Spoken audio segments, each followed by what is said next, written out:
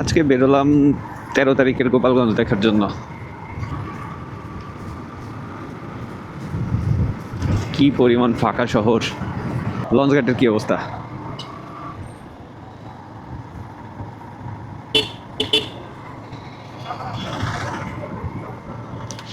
বাইকের কাগজপত্র সবই আপ টু ডেট আছে, কিন্তু ভয় লাগে।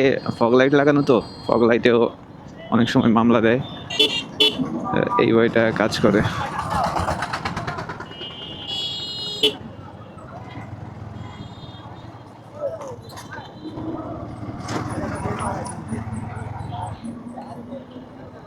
ঠিক আছে।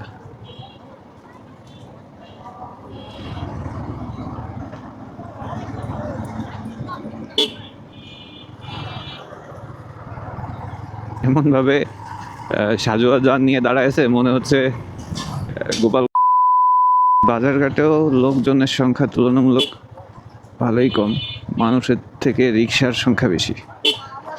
এটা হচ্ছে পুরন বাজার।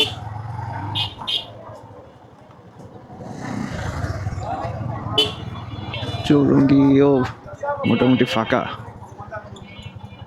মানে তেমন একটা ভিড় নাই। এই হচ্ছে আজকের চৌরঙ্গি।